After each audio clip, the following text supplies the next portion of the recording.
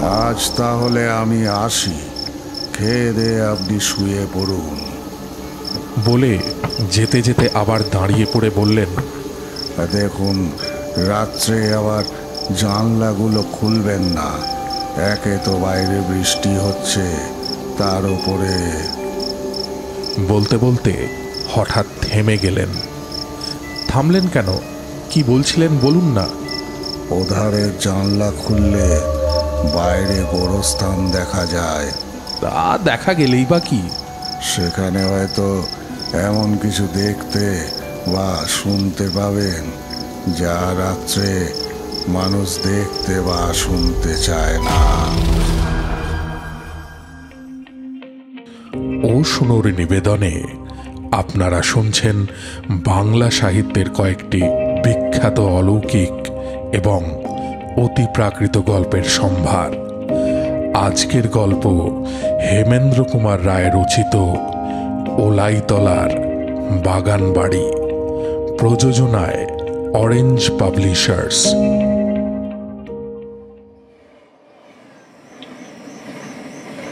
Station master তার লণ্ঠনটা আমার মুখের সামনে তুলে ধরলেন। তারপর থেমে থেমে বললেন, ওলাইতলার বাগান বাড়ি? আপনিও ওই ওলাইতলার বাগান বাড়িতেই যাচ্ছেন? কিন্তু কেন? মামুদপুরের জমিদার কৃতান্ত চৌধুরী বিজ্ঞাপন দিয়েছেন, তার একজন ম্যানেজার দরকার। ও, 300 টাকা মাহিনা, কেমন তাই নয় কি? তারাও এই কথাই বলেছিল। কারা?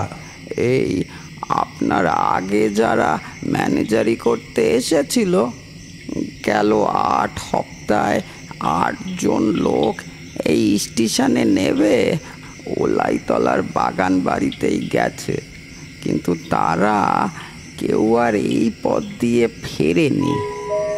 বুঝলেন মশাই, তারা কেউ আর ফেরেনি। তার মানে? এই মানে টানে জানি নে বাবু, প্রত্যেকেই আপনার মতো এসেছে ঠিক শনিবারে, আবার ঠিক সন্ধে 6টার গাড়িতে। আশ্চর্য কথা, 8 সপ্তাহে 8 জন! জমিদার কৃতান্ত চৌধুরীর কত ম্যানেজারের দরকার?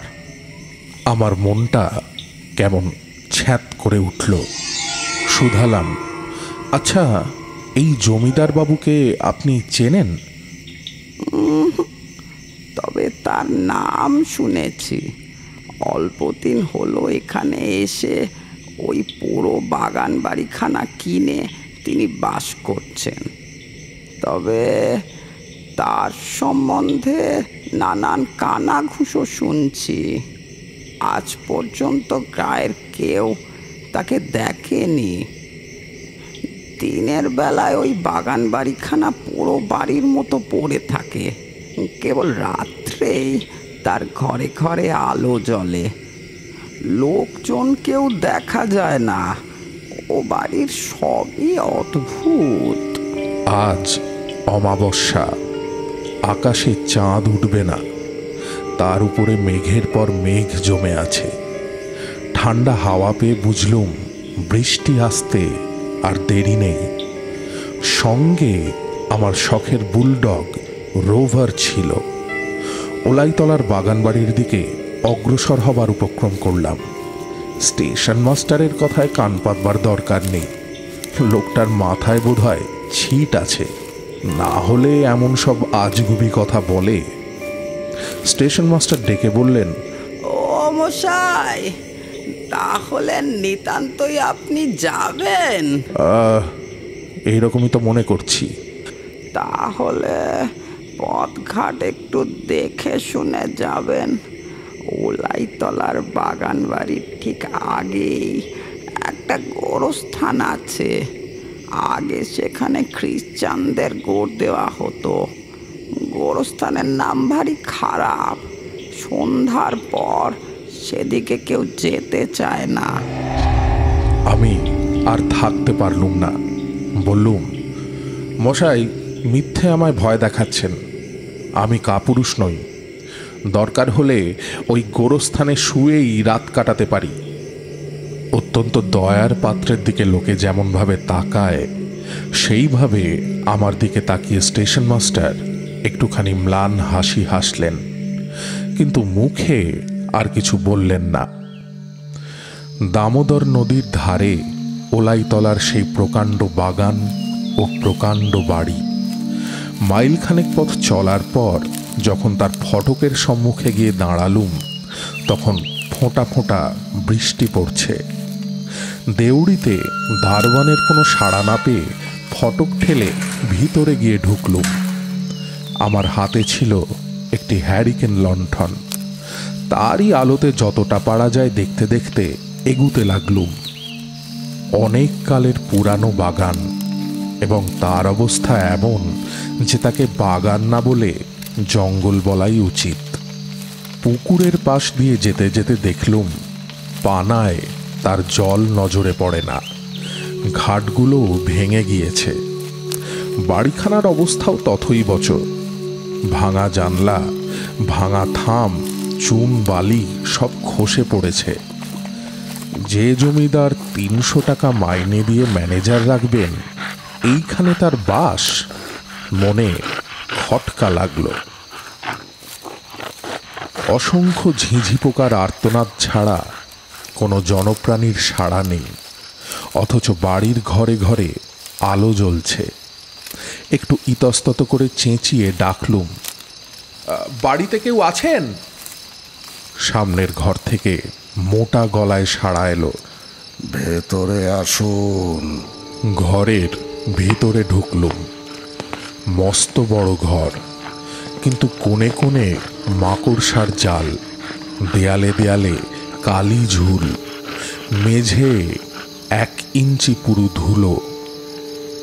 একটা ময়লা রং ওঠা টেবিল, 3খানা ভাঙা চেয়ার ও একটা খুব বড় ল্যাম্প ছাড়া ঘরে আর কোনো আসবাব নেই। অতিশয় শীর্ণ, কুচকুচে কালো এক জরাজীর্ণ বুড়ো লোক আতুর গায়ে একখানা চেয়ারের ওপর বসে আছে। তার বুকের সব কখনা হাড় গোনা যায়। বুড়ো কথা কইলে ঠিক যেন হাঁড়ির ভিতর থেকে তার গলার আওয়াজ বেরুল।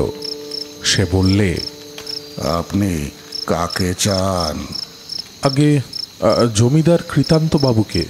ও নাম আমারই। কি দরকার আপনার? আপনি একজন ম্যানেজার খুঁজছেন, তাই। বুঝেছি বুঝেছি, আর বলতে হবে না, বসুন। কৃতান্ত বাবুর কাছে গিয়েই রোভার হঠাৎ গড় গড় করে গর্জে উঠল। কৃতান্ত বাবু ক্রুদ্ধ স্বরে বললেন, ওকে, হ্যাঁ, সঙ্গে কুকুর এনেছেন কেন?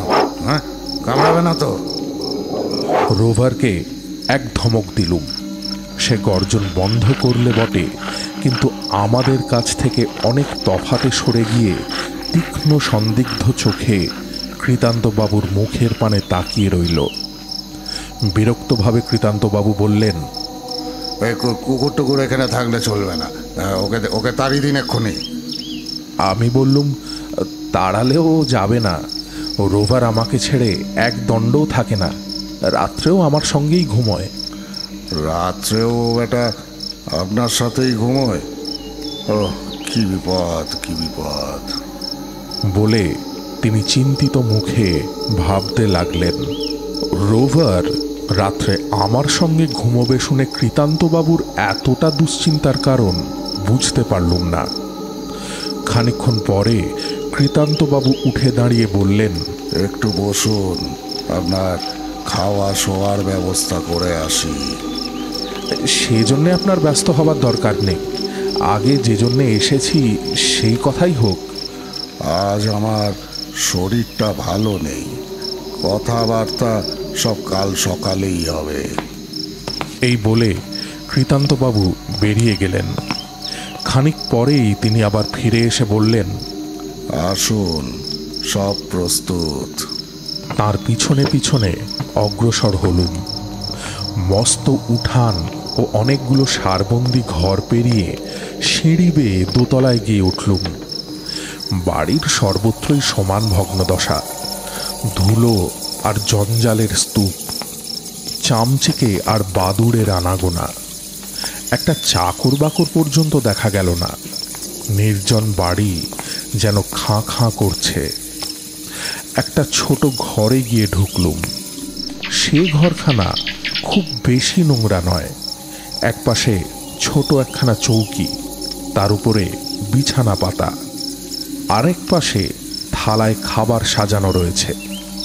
কৃতান্তবাবু বললেন, এখনই খেয়ে নিন, নইলে খাবার ঠান্ডা হয়ে যাবে। নানান কথা ভাবতে ভাবতে মাথা হেঁট করে খেতে খেতে হঠাৎ মুখ তুলে দেখি কৃতান্তবাবু এক দৃষ্টিতে আমার পানে চেয়ে আছেন, আর তাঁর কোটরগত দুই চক্ষুর ভিতর থেকে যেন দুটো অগ্নিশিখা জ্বলছে। আমি মুখ তুলে তাকাতে না তাকাতেই সে আগুন নিভে গেল। মানুষের চোখ যে তেমন জ্বলতে পারে আমি তা জানতুম না। ভয়ানক।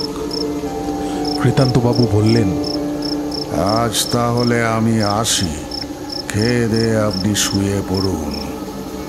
বলে যেতে যেতে আবার দাঁড়িয়ে পড়ে বললেন, দেখুন, রাত্রে আবার জানলাগুলো খুলবেন না। একে তো বাইরে বৃষ্টি হচ্ছে, তার উপরে। বলতে বলতে হঠাৎ থেমে গেলেন। থামলেন কেন? কি বলছিলেন বলুন না। ওধারের জানলা খুললে বাইরে গোরস্থান দেখা যায়। তা দেখা গেলেই বা কি? সেখানে হয়তো এমন কিছু দেখতে বা শুনতে পাবেন যা রাত্রে মানুষ দেখতে বা শুনতে চায় না।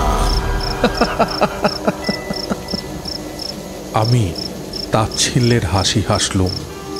কৃতান্তবাবু বললেন, হ্যাঁ, আর একটা কথা, আপনার ওই বিশ্রী বুলডগটাকে বেঁধে রাখবেন।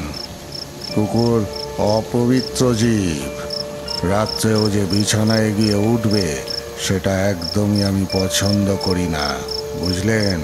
আচ্ছা। কৃতান্তবাবু বেরিয়ে গেলেন, কিন্তু তার শেষ ইচ্ছা আমি পূর্ণ করিনি। রাত্রে রোভার বিছানার উপরে আমার সঙ্গেই শুয়েছিল। অনেক রাতে দারুণ যাতনায় আমার ঘুম ভেঙে গেল। কে আমার গলা টিপে ধরেছে। দুখানা লোহার মতো শক্ত হাত আমার গলার উপরে ক্রমেই বেশি জোর করে চেপে বসতে লাগলো। প্রাণ যখন যায় যায়, অচম্বিতে আমার গলার উপর থেকে সেই মারাত্মক হাতের বাঁধন আলগা হয়ে খুলে গেল। তারপরেই ঘরময় খুব একটা ঝটাপটে ও হুড়োহুড়ির শব্দ। কিন্তু তখন সেদিকে মন দেবার সময় আমার ছিল না।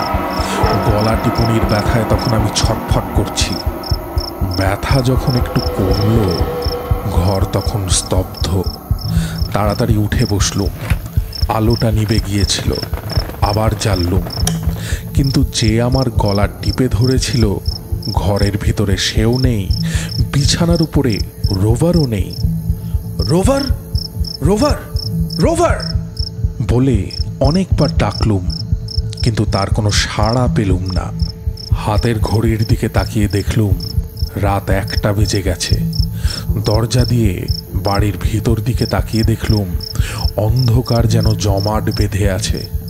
সে অন্ধকার দেখলেই প্রাণ কেমন করে ওঠে। সে অন্ধকার যেন জ্যান্ত কোনো হিংস্র জন্তুর মতো আমার ঘাড়ের উপর লাফিয়ে পড়বার জন্যে প্রস্তুত হয়ে আছে। চট করে দরজাটা আবার বন্ধ করে দিলুম।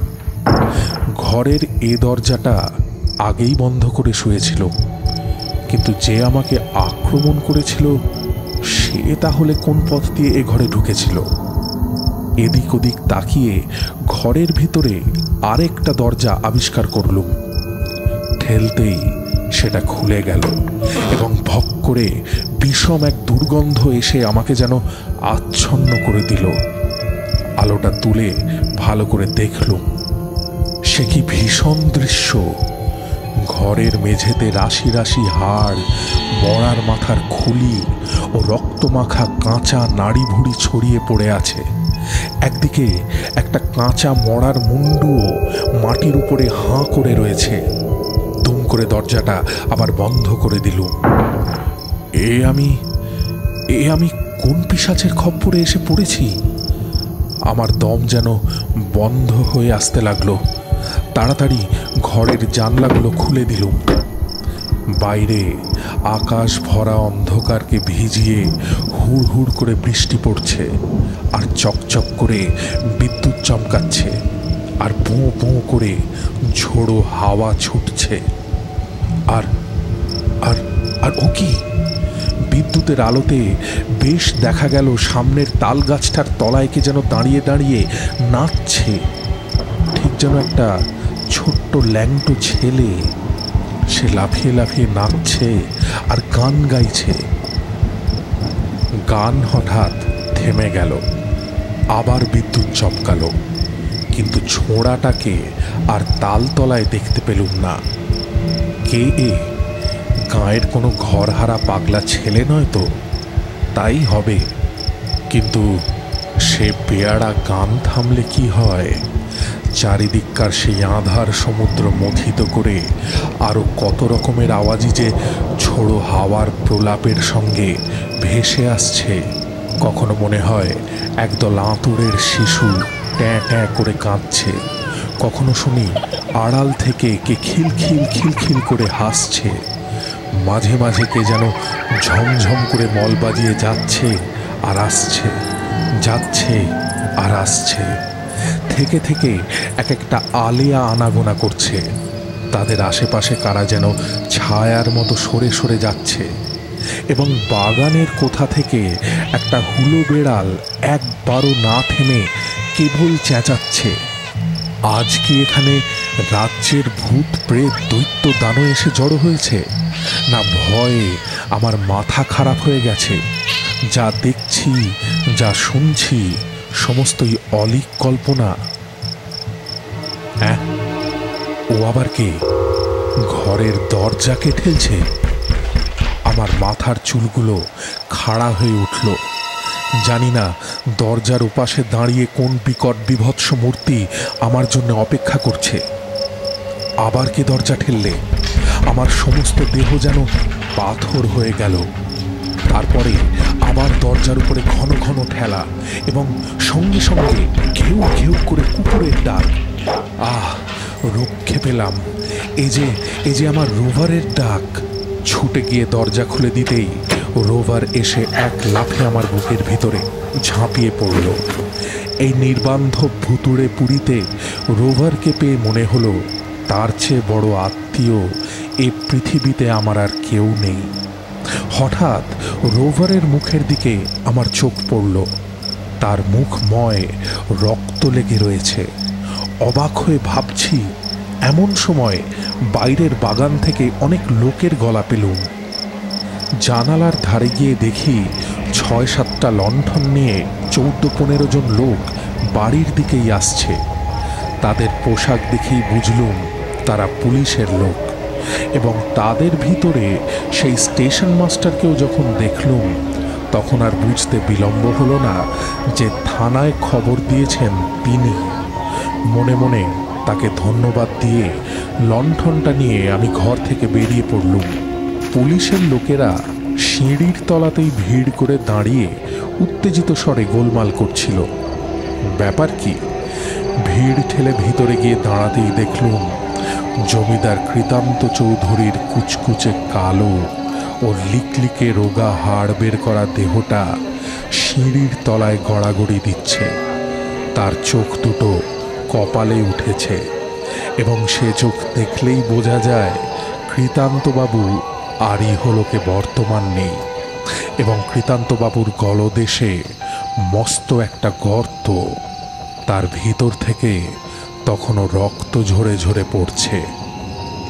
এতক্ষণে বুঝলুম রোভারের মুখে রক্ত লেগেছে কেন। তাহলে এই কৃতান্ত চৌধুরী আমাকে আক্রমণ করতে গিয়েছিল, এবং রোভার তার টুঁটি কামড়ে ধরে এ যাত্রার মতো তার সব লীলা খেলা শেষ করে দিয়েছে। স্টেশন মাস্টার দুই চক্ষু বিস্ফারিত করে বললেন, কিন্তু কিন্তু এ কি অসম্ভব কাণ্ড! ইন্সপেক্টর বললেন, আপনি কি বলছেনটা কি? স্টেশন মাস্টার কৃতান্ত চৌধুরীর মৃতদেহের উপর ঝুঁকে পড়ে ভালো করে তার মুখখানা দেখে বললেন, না না না না না, কোনো সন্দেহ নেই, এ হচ্ছে গায়ের ভুবন বসুর লাশ। ঠিক 2.5 মাস আগে ভুবন বসু কলেরায় মারা পড়েছেন, কিন্তু তার দেহ দাহ করা হয়নি, কারণ তার লাশ চুরি গিয়েছিল। ও শুনুর নিবেদনে আপনারা শুনলেন আজকের গল্প হেমেন্দ্র কুমার রায় রচিত ওলাইতলার বাগান বাড়ি। পাঠে সাম্য, রক্তিম, অরিন্দম, অভিজিৎ। প্রযোজনায় অরেঞ্জ পাবলিশার্স। শব্দ সংযোজন আবহ এবং প্রাচীর চিত্র ই ফ্ল্যাট স্টুডিও।